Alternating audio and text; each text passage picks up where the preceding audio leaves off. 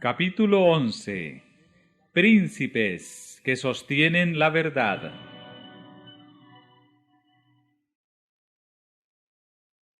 Uno de los testimonios más nobles dados en favor de la Reforma fue la protesta presentada por los príncipes cristianos de Alemania ante la Dieta de Spira el año 1529. El valor, la fe y la entereza de aquellos hombres de Dios aseguraron para las edades futuras la libertad de pensamiento y la libertad de conciencia. Esta protesta dio a la Iglesia reformada el nombre de protestante, y sus principios son la verdadera esencia del protestantismo.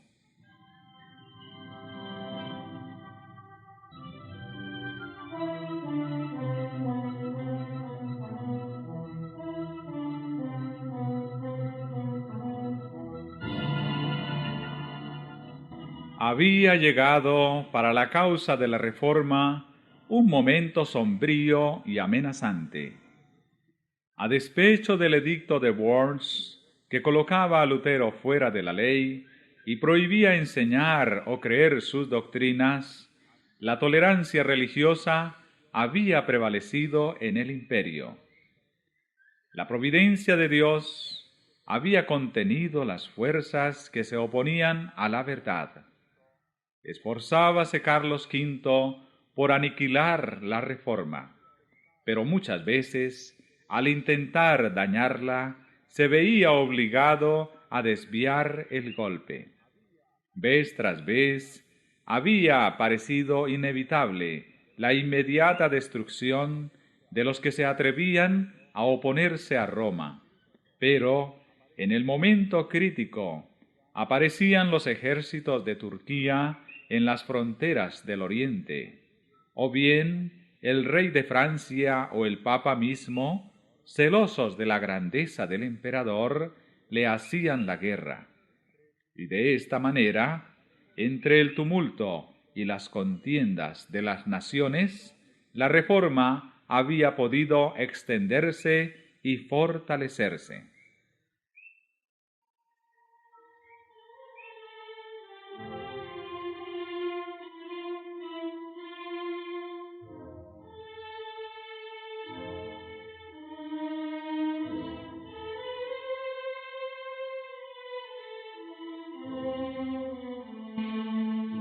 Por último, los soberanos papistas pusieron tregua a sus disputas para hacer causa común contra los reformadores.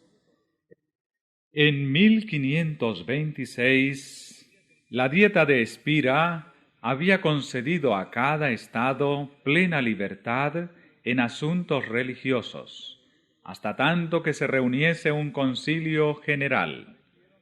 Pero en cuanto desaparecieron los peligros que imponían esta concesión, el emperador convocó una segunda dieta en Spira para 1529, con el fin de aplastar la herejía.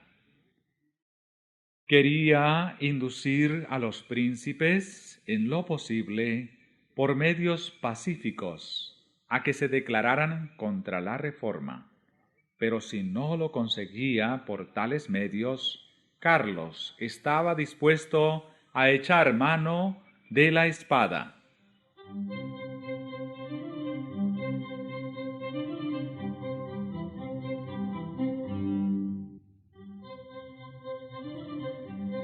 Los papistas se consideraban triunfantes.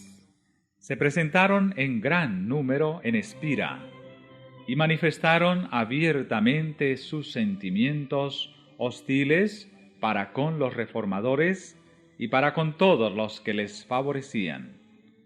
Decía Melanchthon: nosotros somos la escoria y la basura del mundo, mas Dios proveerá para sus pobres hijos y cuidará de ellos.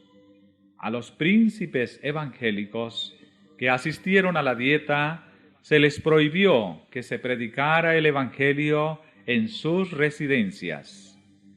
Pero la gente de Espira estaba sedienta de la palabra de Dios y, no obstante dicha prohibición, miles acudían a los cultos que se celebraban en la capilla del Elector de Sajonia.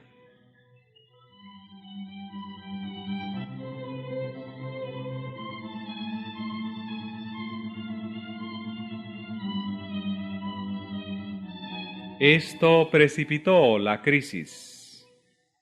Una comunicación imperial anunció a la Dieta que, habiendo originado graves desórdenes, la autorización que concedía la libertad de conciencia, el emperador mandaba que fuese suprimida. Este acto arbitrario excitó la indignación y la alarma de los cristianos evangélicos. Uno de ellos dijo: «Cristo ha caído de nuevo en manos de Caifás y de Pilato». Los romanistas se volvieron más intransigentes. Un fanático papista dijo: «Los turcos son mejores que los luteranos, porque los turcos observan días de ayuno, mientras que los luteranos los profanan». Si hemos de escoger entre las sagradas escrituras de Dios y los antiguos errores de la Iglesia, tenemos que rechazar aquellas. Melanchthon decía: «Cada día Faber, en plena asamblea, arroja una piedra más contra los evangélicos».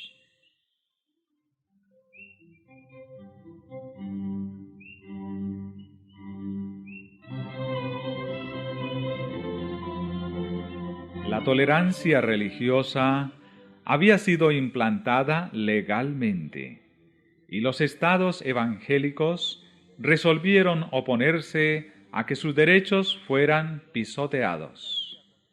A Lutero, todavía condenado por el edicto de Worms, no le era permitido presentarse en Espira, pero le representaban sus colaboradores y los príncipes que Dios había suscitado en defensa de su causa en aquel trance. El ilustre Federico de Sajonia, antiguo protector de Lutero, había sido arrebatado por la muerte, pero el duque Juan, su hermano y sucesor, había saludado la reforma con gran gozo, y aunque hombre de paz, no dejó de desplegar gran energía y celo en todo lo que se relacionaba con los intereses de la fe.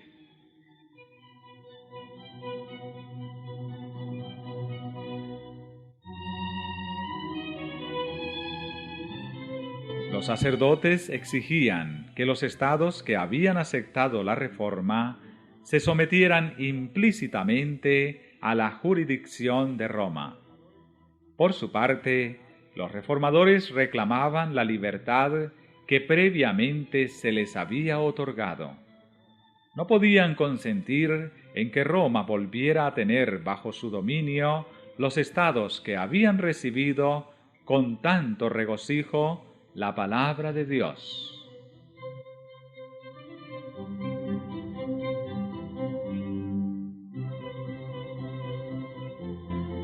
Finalmente, se propuso que en los lugares donde la reforma no había sido establecida, el edicto de Worms se aplicara con todo rigor, y que en los lugares donde el pueblo se había apartado de él y donde no se le podría hacer conformarse a él sin peligro de levantamiento, por lo menos no se introdujera ninguna nueva reforma, no se predicara sobre puntos que se prestaran a disputas, no se hiciera oposición a la celebración de la misa, ni se permitiera que los católicos romanos abrazaran las doctrinas de Lutero.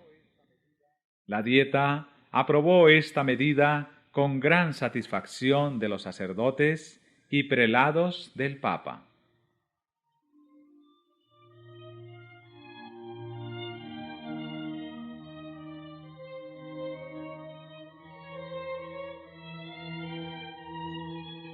Si se aplicaba este edicto, la reforma no podría extenderse en los puntos donde no había llegado todavía, ni podría siquiera afirmarse en los países en que se había extendido. Quedaría suprimida la libertad de palabra y no se tolerarían más conversiones.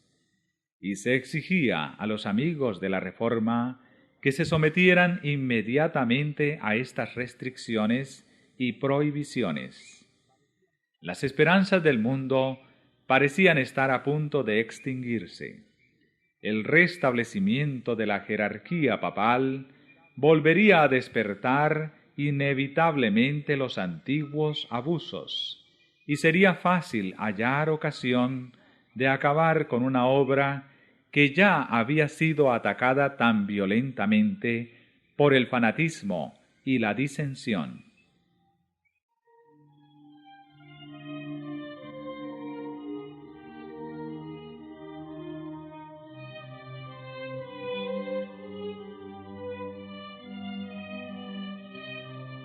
Cuando el partido evangélico se reunió para conferenciar, los miembros se miraron unos a otros con manifiesto desaliento. Todos se preguntaban unos a otros, ¿qué hacer? Estaban en juego grandes consecuencias para el porvenir del mundo. ¿Debían someterse los jefes de la Reforma y acatar el edicto? Cuán fácil hubiera sido para los reformadores en aquella hora angustiosa en extremo tomar por un sendero errado. Cuántos excelentes pretextos y hermosas razones no hubieran podido alegar para presentar como necesaria la sumisión. A los príncipes luteranos se les garantizaba el libre ejercicio de su culto. El mismo favor se hacía extensivo a sus súbditos que con anterioridad al edicto hubiesen abrazado la fe reformada. ¿No podían contentarse con esto? ¿De cuántos peligros no les libraría su sumisión? ¿A cuántos sinsabores y conflictos no les iba a exponer su oposición? ¿Quién sabía qué oportunidades no les traería el porvenir? Abracemos la paz. Aceptemos el ramo de olivo que nos brinda Roma y restañeremos las heridas de Alemania.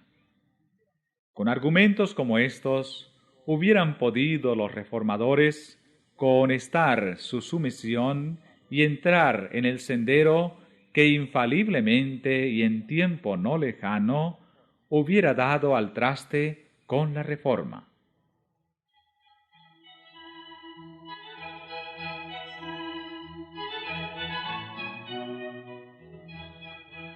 Afortunadamente, consideraron el principio sobre el cual estaba basado el acuerdo y obraron por fe. ¿Cuál era ese principio?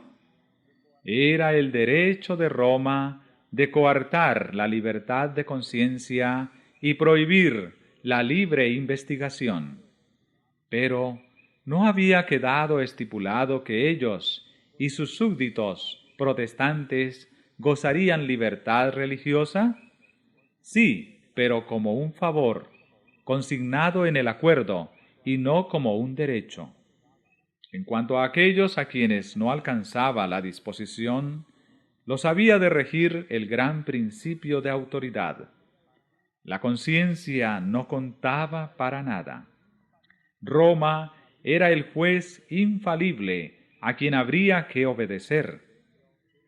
Aceptar semejante convenio hubiera equivalido a admitir que la libertad religiosa debía limitarse a la Sajonia reformada, y en el resto de la cristiandad, la libre investigación y la profesión de fe reformada sería entonces crímenes dignos del calabozo o del patíbulo. ¿Se resignarían ellos a ver así localizada la libertad religiosa? Declararían con esto que la Reforma había hecho ya su último convertido y conquistado su última pulgada de terreno, y que en las regiones donde Roma dominaba, su dominio se perpetuaría.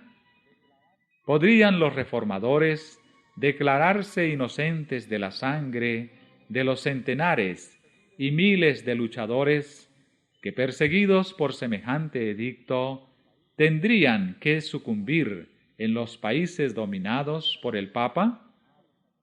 Esto hubiera sido traicionar en aquella hora suprema la causa del Evangelio y las libertades de la cristiandad.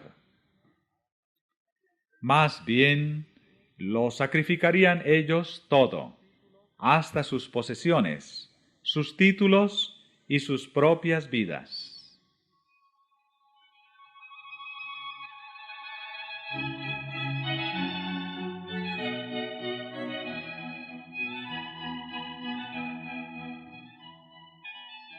Rechacemos este decreto, dijeron los príncipes. En asuntos de conciencia, la mayoría no tiene poder. Declararon los diputados. Es al decreto de 1526 al que debemos la paz que disfruta el imperio. Su abolición llenaría a Alemania de disturbios y facciones. Es incompetente la Dieta para hacer más que conservar la libertad religiosa hasta tanto que se reúna un concilio general. Proteger la libertad de conciencia es un deber del Estado y es el límite de su autoridad en materia de religión. Todo gobierno secular que intenta regir las observancias religiosas o imponerlas por medio de la autoridad civil sacrifica precisamente el principio por el cual lucharon tan noblemente los cristianos evangélicos.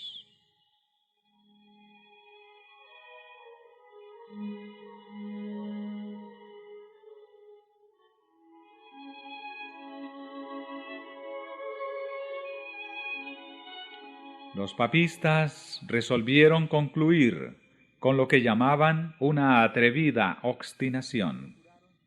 Para principiar, procuraron sembrar disensiones entre los que sostenían la causa de la Reforma e intimidar a quienes todavía no se habían declarado abiertamente por ella.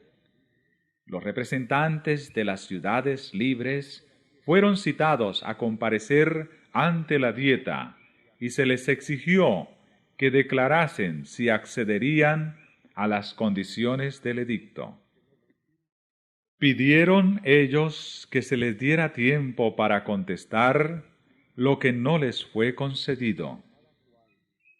Al llegar el momento en que cada cual debía dar su opinión personal, casi la mitad de los circunstantes se declararon por los reformadores.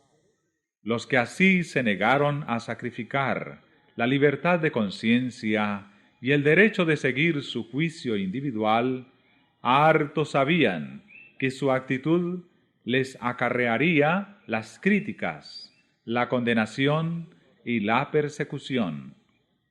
Uno de los delegados dijo: ¿debemos negar la palabra de Dios o ser quemados?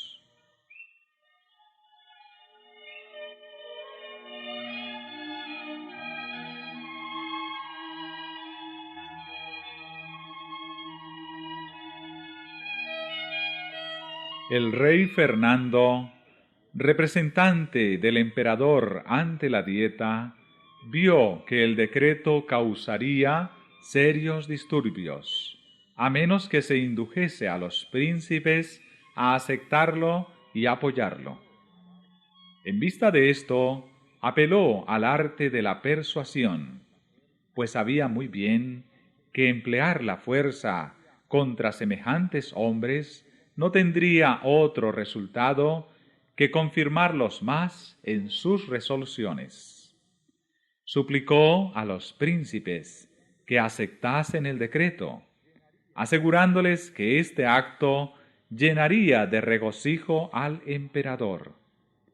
Pero estos hombres leales reconocían una autoridad superior a todos los gobernantes de la tierra y contestaron con toda calma: nosotros obedeceremos al emperador en todo aquello que contribuya a mantener la paz y la gloria de Dios.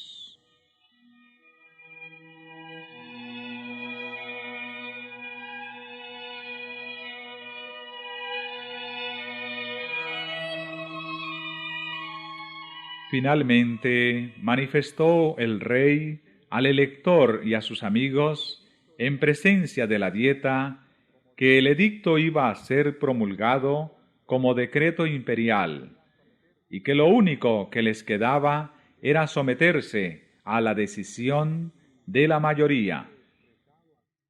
Y, habiéndose expresado así, salió de la asamblea, sin dar oportunidad a los reformadores para discutir o replicar. En vano éstos le mandaron mensajeros para instarle a que volviera.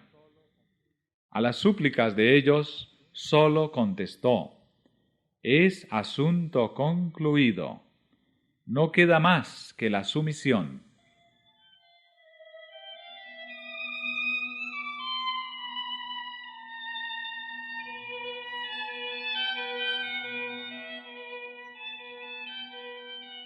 El partido imperial estaba convencido de que los príncipes cristianos se aferrarían a las Santas Escrituras como a algo superior a las doctrinas y a los mandatos de los hombres. Sabía también que allí donde se adoptara esta actitud, el papado sería finalmente derrotado. Pero, como lo han hecho millares desde entonces, mirando las cosas que se ven, se lisonjeó de que la causa del emperador y del papa quedaba firme, y muy débil la de los reformadores. Si estos sólo hubieran dependido del auxilio humano, habrían resultado tan impotentes como los suponían los papistas. Pero, aunque débiles en número y en desacuerdo con Roma, tenían fuerza. Apelaban de las decisiones de la Dieta a la palabra de Dios y del emperador Carlos a Jesucristo, Rey de reyes y Señor de señores.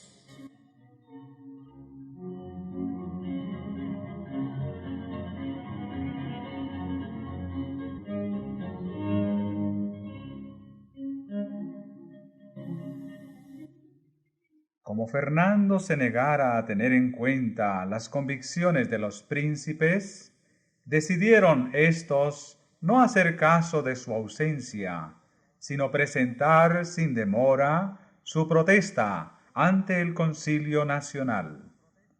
Formulóse en consecuencia la siguiente declaración que fue presentada a la Dieta.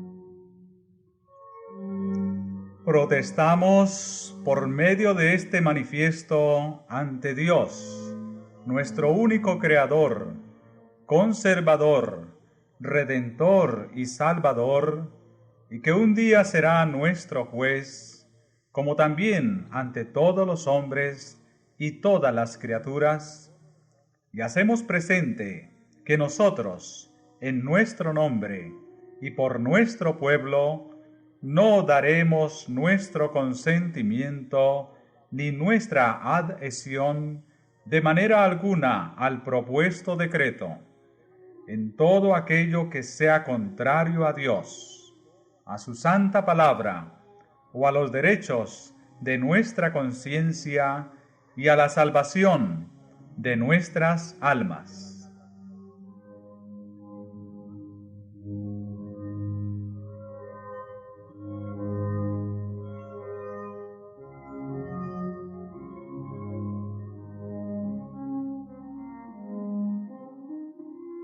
¿Cómo ratificar nosotros este edicto? No podemos admitir que cuando el Dios Todopoderoso llame a un hombre a su conocimiento, no se le permita abrazar este conocimiento divino. No hay doctrina verdadera sino la que esté conforme con la palabra de Dios. El Señor prohíbe la enseñanza de cualquiera otra doctrina. Las Santas Escrituras deberían explicarse con otros textos más claros. Este santo libro es, en todo cuanto es necesario al cristiano, de fácil interpretación y propio para suministrar luces. Estamos resueltos, por la gracia divina, a mantener la predicación pura y exclusiva de la palabra de Dios sola, tal como la contienen los libros bíblicos del Antiguo y Nuevo Testamento, sin alteraciones de ninguna especie. Esta palabra es la única verdad, es la regla segura de toda doctrina y de toda vida, y no puede faltar ni engañarnos. El que edifica sobre este fundamento estará firme contra todos los poderes del infierno, mientras que con cuanta vanidad se le oponga, caerá delante de Dios.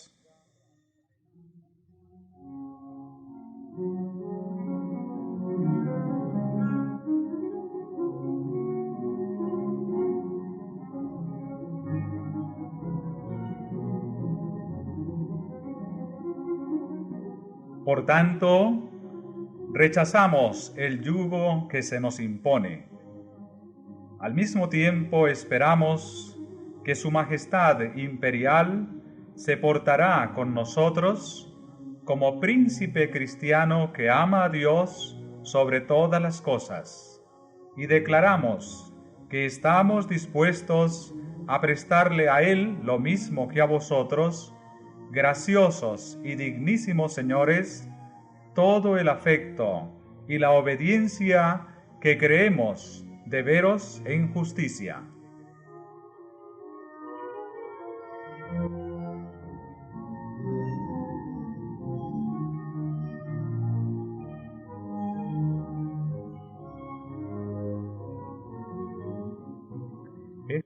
Este acto produjo honda impresión en el ánimo de la dieta.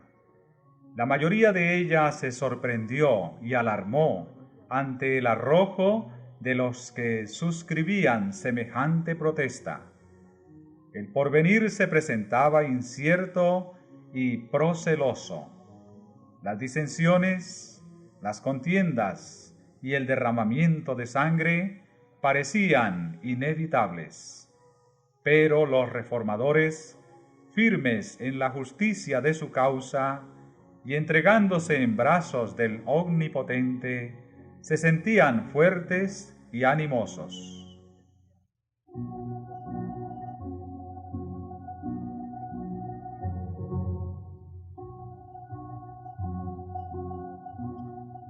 Los principios contenidos en esta célebre protesta constituyen la esencia misma del protestantismo. Ahora bien, esta protesta se opone a dos abusos del hombre en asuntos de fe. El primero es la intervención del magistrado civil y el segundo, la autoridad arbitraria de la Iglesia. En lugar de estos dos abusos, el protestantismo sobrepone la autoridad de la conciencia a la del magistrado y la de la palabra de Dios a la de la Iglesia visible. En primer lugar, niega la competencia del poder civil en asuntos de religión y dice con los profetas y apóstoles: debemos obedecer a Dios antes que a los hombres. A la corona de Carlos V sobrepone la de Jesucristo. Es más, sienta el principio de que toda enseñanza humana debe subordinarse a los oráculos de Dios. Los protestantes afirmaron además el derecho que les asistía para expresar libremente sus convicciones tocante a la verdad. Querían no solamente creer y obedecer, sino también enseñar lo que contienen las Santas Escrituras, y negaban el derecho del sacerdote o del magistrado para intervenir en asuntos de conciencia. La protesta de Spira fue un solemne testimonio contra la intolerancia religiosa y una declaración en favor del derecho que asiste a todos los hombres para adorar a Dios según les dicte la conciencia.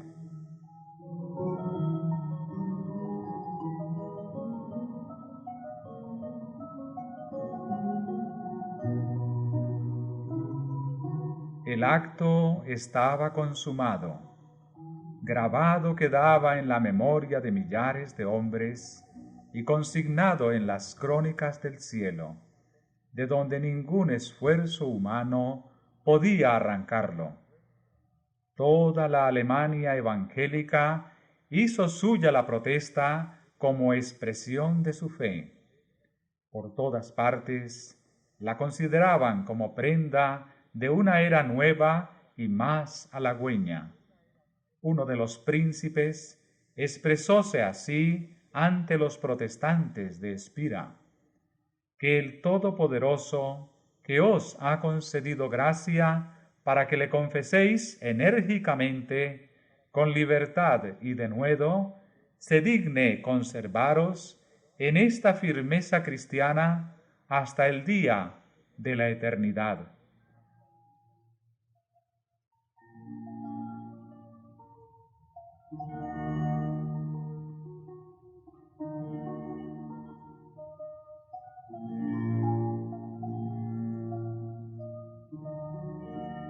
Si la Reforma, después de alcanzado tan notable éxito, hubiese contemporizado con el mundo para contar con su favor, habría sido infiel a Dios y a sí misma, y hubiera labrado su propia ruina. La experiencia de aquellos nobles reformadores encierra una lección para todas las épocas venideras. No ha cambiado en nada el modo en que trabaja Satanás contra Dios y contra su palabra. Se opone hoy tanto como en el siglo XVI a que las Escrituras sean reconocidas como guía de la vida. En la actualidad, los hombres se han alejado mucho de sus doctrinas y preceptos, y se hace muy necesario volver al gran principio protestante: la Biblia, únicamente la Biblia, como regla de la fe y del deber. Satanás sigue valiéndose de todos los medios de que dispone para destruir la libertad religiosa. El mismo poder anticristiano que rechazaron los protestantes de Spira procura ahora, con redoblado esfuerzo, restablecer su perdida supremacía. La misma adhesión incondicional a la palabra de Dios que se manifestó en los días tan críticos de la Reforma del siglo XVI es la única esperanza de una reforma en nuestros días.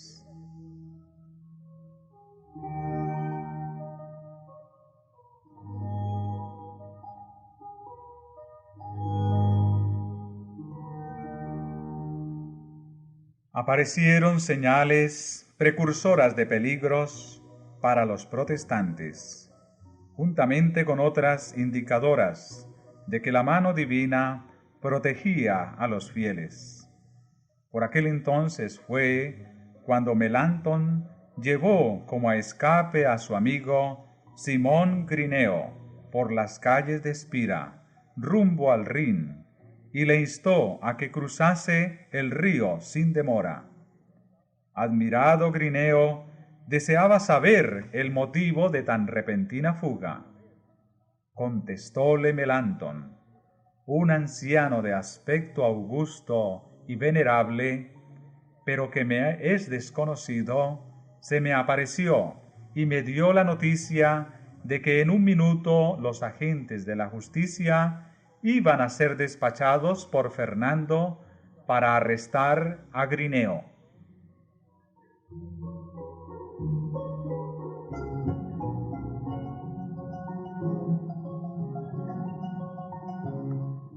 Durante el día, Grineo se había escandalizado al oír un sermón de Faber, eminente doctor papista, y al fin de él le reconvino por haber defendido ciertos errores detestables. Faber disimuló su enojo, pero inmediatamente se dirigió al rey y obtuvo de él una orden de arresto contra el importuno profesor de Heidelberg. A Melantón no le cabía duda de que Dios había salvado a su amigo enviando a uno de los santos ángeles para avisarle del peligro.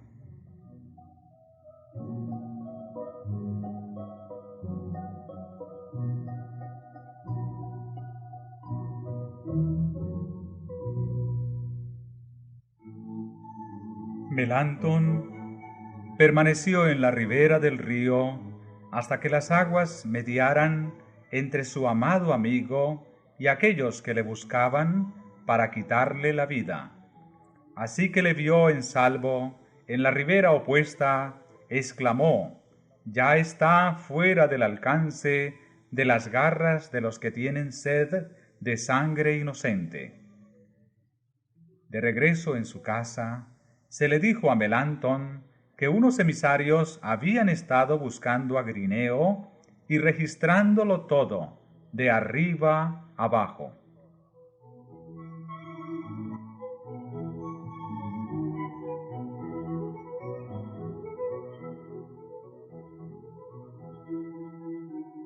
La reforma debía alcanzar mayor preeminencia ante los poderosos de la tierra. El rey Fernando se había negado a oír a los príncipes evangélicos, pero iban a tener éstos la oportunidad de presentar su causa ante el emperador y ante la asamblea de los dignatarios del Estado y de la Iglesia. Para calmar las disensiones que perturbaban el imperio, Carlos V, un año después de la protesta de Espira, convocó una dieta en Augsburgo, manifestando que él mismo la presidiría en persona, y a ella fueron convocados los jefes de la causa protestante.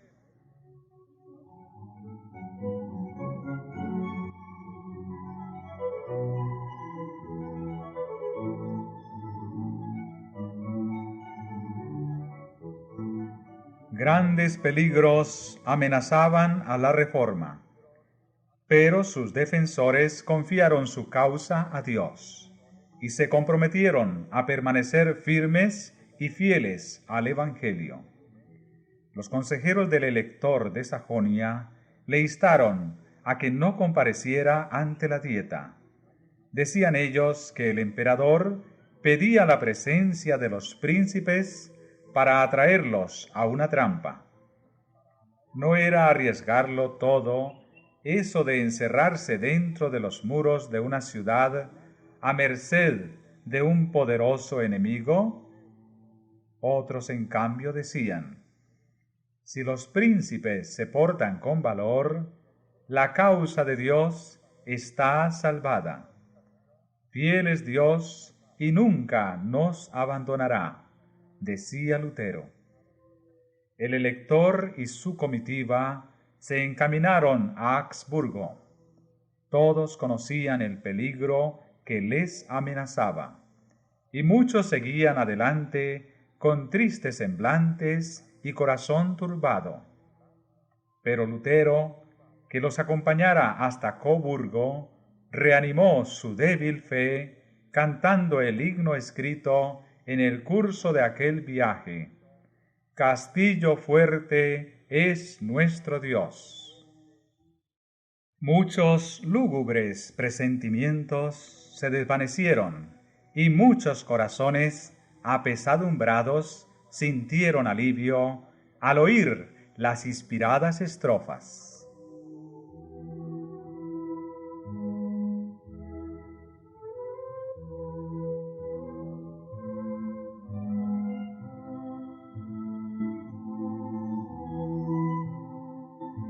Los príncipes reformados habían resuelto redactar una exposición sistemática de sus opiniones, con pruebas de las Santas Escrituras, y presentársela a la Dieta. Y la preparación de ella fue encomendada a Lutero, Melanchthon y sus compañeros. Esta confesión fue aceptada por los protestantes como expresión genuina de su fe, y se reunieron para firmar tan importante documento. Fue esta una ocasión solemne y decisiva. Estaban muy deseosos los reformadores de que su causa no se confundiera con los asuntos políticos, y creían que la reforma no debía ejercer otra influencia que la que procede de la palabra de Dios. Cuando los príncipes cristianos se adelantaron a firmar la confesión, Melanchthon se interpuso diciendo: a los teólogos y a los ministros es a quienes corresponde proponer estas cosas. Reservemos para otros asuntos la autoridad de los poderosos de esta tierra. No permita Dios, replicó Juan de Sajonia, que sea yo excluido. Estoy resuelto a cumplir con mi deber, sin preocuparme de mi corona. Deseo confesar al Señor. Mi birrete y mi toga de elector no me son tan preciosos como la cruz de Cristo. Habiendo dicho esto, firmó. Otro de los príncipes, al tomar la pluma para firmar, dijo: si la honra de mi Señor Jesucristo lo requiere, estoy listo para sacrificar mis bienes y mi vida. Preferiría dejar a mis súbditos, mis estados y la tierra de mis padres para irme bordón en mano, prosiguió diciendo, antes que recibir otra doctrina que la contenida en esta confesión. Tal era la fe y el arrojo de aquellos hombres de Dios.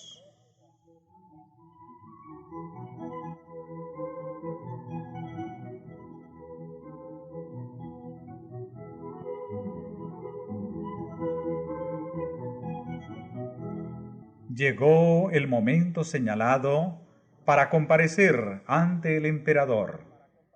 Carlos V, sentado en su trono, rodeado de los electores y los príncipes, dio audiencia a los reformadores protestantes.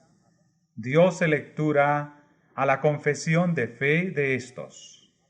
Fueron presentadas con toda claridad las verdades del Evangelio ante la augusta asamblea, y señalados los errores de la Iglesia papal. Con razón fue llamado aquel día el día más grande de la Reforma y uno de los más gloriosos en la historia del cristianismo y de la humanidad.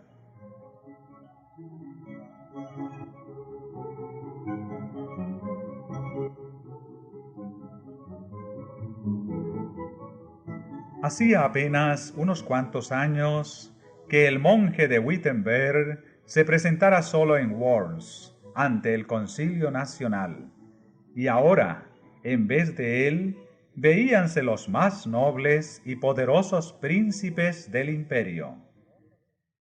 A Lutero no se le había permitido comparecer en Augsburgo, pero estaba presente por sus palabras y por sus oraciones.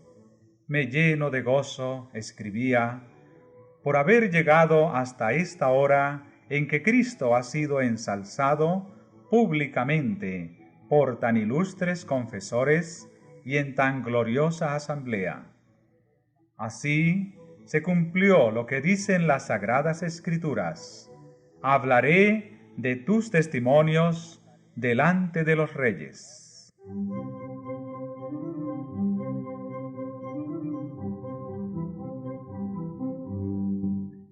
En tiempo de Pablo, el Evangelio, por cuya causa se le encarceló, fue presentado así a los príncipes y nobles de la ciudad imperial. Igualmente, en Augsburgo, lo que el emperador había prohibido que se predicase desde el púlpito, se proclamó en el palacio. Lo que había sido estimado aún indigno de ser escuchado por los sirvientes, era escuchado con admiración por los amos y señores del imperio. El auditorio se componía de reyes y de nobles. Los predicadores eran príncipes coronados, y el sermón era la verdad real de Dios.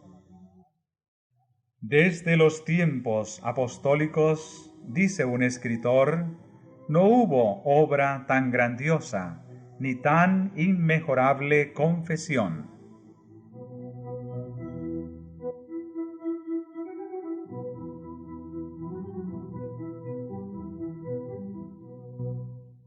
Cuanto ha sido dicho por los luteranos es cierto, y no lo podemos negar, declaraba un obispo papista.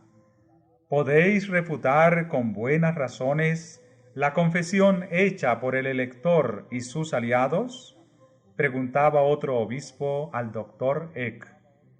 Sí, lo puedo, respondía, pero no con los escritos de los apóstoles y los profetas, sino con los concilios y con los escritos de los padres. Comprendo, repuso el que hacía la pregunta. Según su opinión, los luteranos están basados en las Escrituras, en tanto que nosotros estamos fuera de ellas.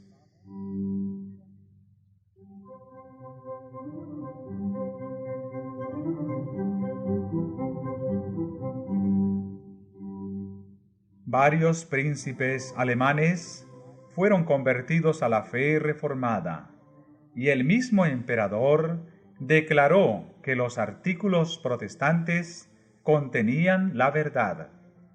La confesión fue traducida a muchos idiomas y circuló por toda Europa, y en las generaciones subsiguientes millones la aceptaron como expresión de su fe.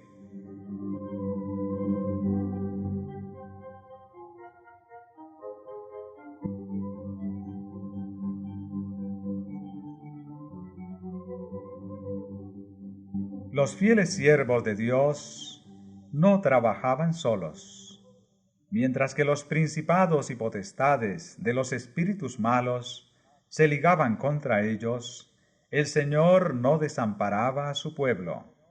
Si sus ojos hubieran podido abrirse, habrían tenido clara evidencia de la presencia y el auxilio divinos, que les fueron concedidos como a los profetas en la antigüedad.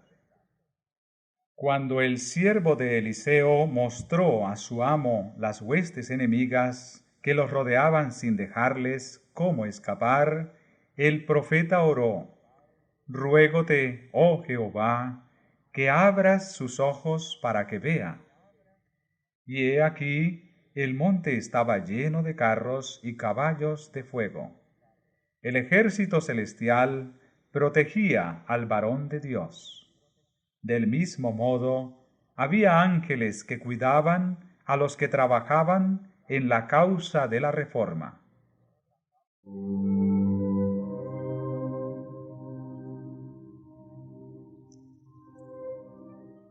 Uno de los principios que sostenía Lutero con más firmeza era que no se debía acudir al poder secular para apoyar la reforma, ni recurrir a las armas para defenderla.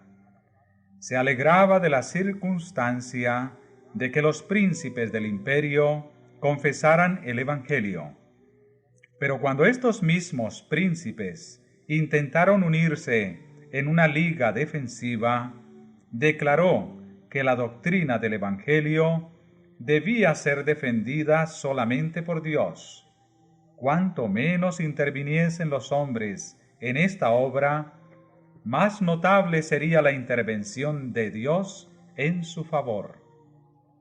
Todas las precauciones políticas propuestas eran, según su modo de ver, hijas de un temor indigno y de una desconfianza pecaminosa.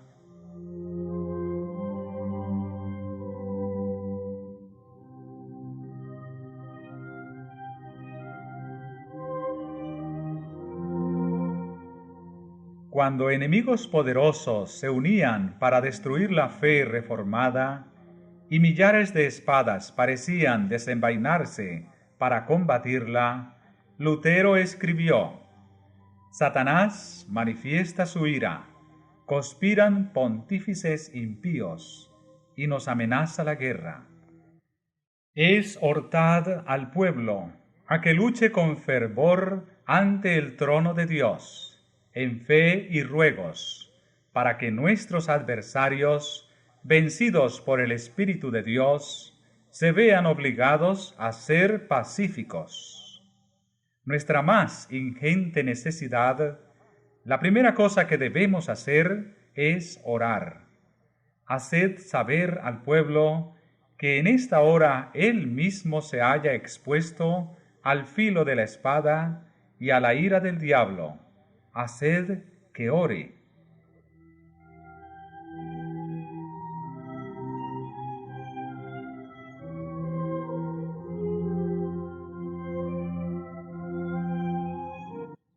En otra ocasión, con fecha posterior, refiriéndose a la liga que trataban de organizar los príncipes reformados, Lutero declaró que la única arma que debería emplearse en esa causa era la espada del Espíritu. Escribió al elector de Sajonia: no podemos en conciencia aprobar la alianza propuesta. Preferiríamos morir 10 veces antes que el Evangelio fuese causa de derramar una gota de sangre. Nuestra parte es ser como ovejas del matadero. La cruz de Cristo hay que llevarla. No tema su alteza. Más podemos nosotros, con nuestras oraciones, que todos nuestros enemigos con sus jactancias. Más que nada, evitad que se manchen vuestras manos con la sangre de vuestros hermanos. Si el emperador exige que seamos llevados ante sus tribunales, estamos listos para comparecer. No podéis defender la fe.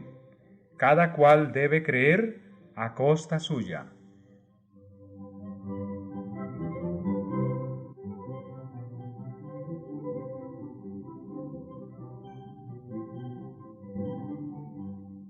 Del lugar secreto de oración fue de donde vino el poder que hizo estremecerse al mundo en los días de la Gran Reforma. Allí, con santa calma, se mantenían firmes los siervos de Dios sobre la roca de sus promesas. Durante la agitación de Augsburgo, Lutero no dejó de dedicar 3 horas al día a la oración. Y este tiempo lo tomaba de las horas del día más propicias al estudio. En lo secreto de su vivienda se le oía derramar su alma ante Dios con palabras de adoración, de temor y de esperanza, como si hablara con un amigo. Sé que eres nuestro Padre y nuestro Dios, decía, y que has de desbaratar a los que persiguen a tus hijos, porque tú también estás envuelto en el mismo peligro que nosotros. Todo este asunto es tuyo, y si en él estamos también interesados nosotros, es porque a ello nos constreñiste. Defiéndenos, pues, oh Padre.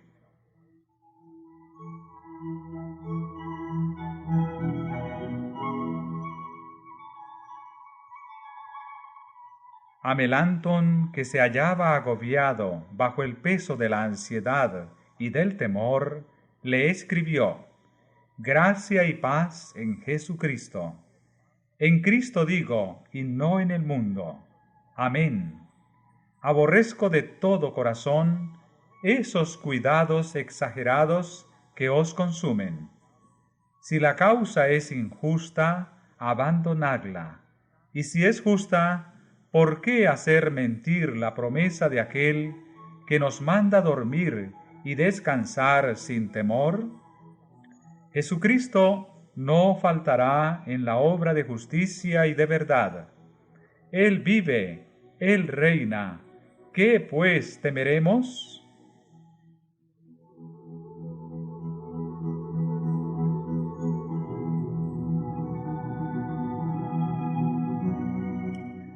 Dios oyó los clamores de sus hijos, infundió gracia y valor a los príncipes y ministros para que sostuvieran la verdad contra las potestades de las tinieblas de este mundo. Dice el Señor: He aquí que yo pongo en Sión la piedra principal del ángulo, escogida, preciosa, y aquel que creyere en ella no quedará avergonzado.